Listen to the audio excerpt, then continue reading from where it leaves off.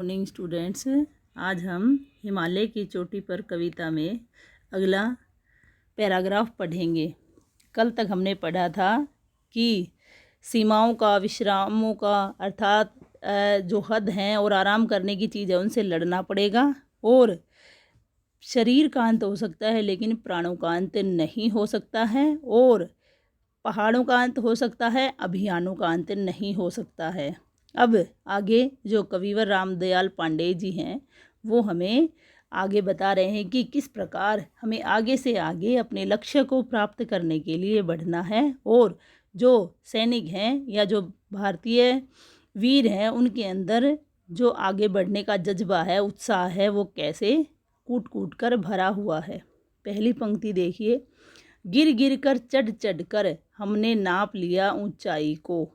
इस पंक्ति के माध्यम से बताना चाह रहे हैं कि जब हम लक्ष्य को प्राप्त करने के लिए आगे की ओर बढ़ते हैं तो बार बार गिर गिर कर और बार बार पहाड़ों पर चढ़ चढ़ कर हमने इन पर्वतों की, पहाड़ों की ऊंचाई को नाप लिया है कि इनकी ऊंचाई कितनी है, अर्थात हम ऊपर तक पहुंच चुके हैं। डूब डूब कर, तैर तैर कर थाह लिया गहराई को। थाह का मतलब होता है किसी भी चीज़ की गहराई की सीमा कितनी है, कि वो कितना गहरा है, उस चीज़ को थाह कहते हैं। किसी चीज़ की गहराई मापने की, कुआं कितना गहरा है, इसको अगर मापा जाए तो कहेंगे कुएं की थाह कितनी है। तो यहाँ पर कवि कह रहे हैं कि डूब डूब कर, तैर तैर कर जो भारतीय सैनिक हैं उन्होंने संघर्ष को अंजाम देते हुए अपने लक्ष्य को प्राप्त करने के लिए डूब डूब कर अर्थात सागर की लहरों में डूब कर और फिर तैर तैर कर उसकी गहराई को भी माप लिया है कि कहाँ तक गहरा है। किंतु डूबने या गिरने हमने न दिया तरुणाई को। तरुणाई होती है जो युवक होते हैं या हमारे जो नौजवान हैं उनके अंदर जो युवावस्था का एक बहुत ही उत्साह और जोश से भरा हुआ खून है, उसके लिए यहाँ कवि कहना चाहता है कि हमने इतने संघर्षों के बाद भी अपनी उस युवावस्था में वही जज्बा और उत्साह भर के रखा है। हमारे अंदर उत्साह की कोई कमी नहीं आई है। हमारी जो दृढ़ इच्छा शक्ति है या संघर्षों को झेलकर आगे बढ़ने की जो शक्ति है वो हमारी वैसी की वैसी ही रही है।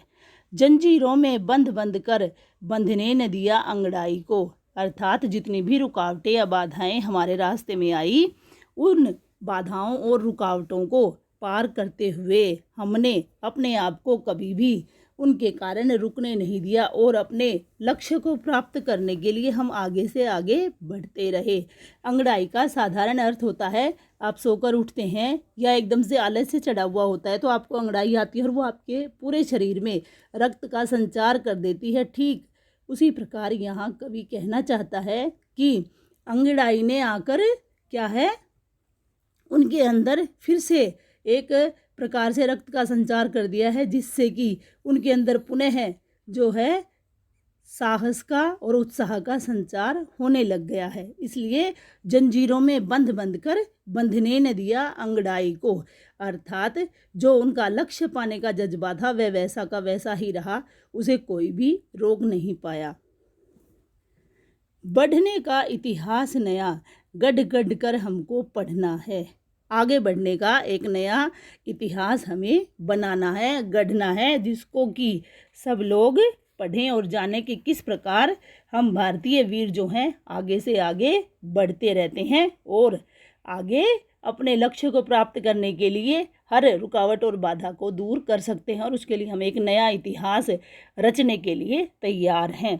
चढ़े हिमालय की चोटी पर फिर भी ऊपर चढ़ना है। तो इस प्रकार वो कह रहे हैं कि हम हिमालय की चोटी पर चढ़ गए हैं लेकिन हमें और भी आगे और उससे भी ऊपर चढ़ना है, अर्थात लक्ष्य को प्राप्त करने के लिए हमें आगे से आगे बढ़ना है, रुकने का नाम नहीं लेना है।